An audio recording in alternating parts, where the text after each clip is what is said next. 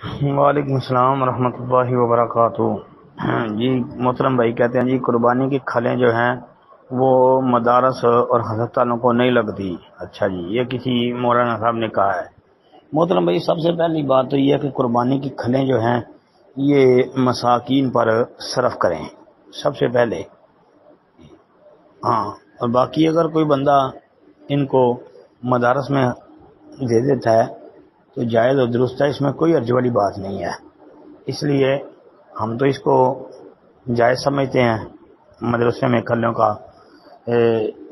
دینا، اس لیے جائز سمجھتے ہیں کہ بھائی مدرسے کے اندر جو طلباء پڑھتے ہیں جی، اور مدرسے کے اوپر جب زکوٰۃ کا مال صرف ہو سکتا ہے اور مدارس کے طلباء پر جب صدقے کا مال صرف ہو سکتا ہے تو وہ بھی انشاءاللہ اس کے مستحق ہیں۔ قربانی کی کھلیں جو ہیں وہ بھی ان پہ صرف ہو سکتی ہیں۔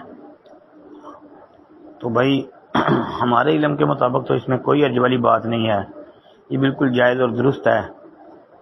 تو باقی اگر وہ مولانا صاحب نے کوئی دلیل پیش کی ہے تو ان کو چاہیے کہ وہ دلیل دے دیں، ہمیں تو اس طرح کی کوئی دلیل کا پتہ نہیں ہے۔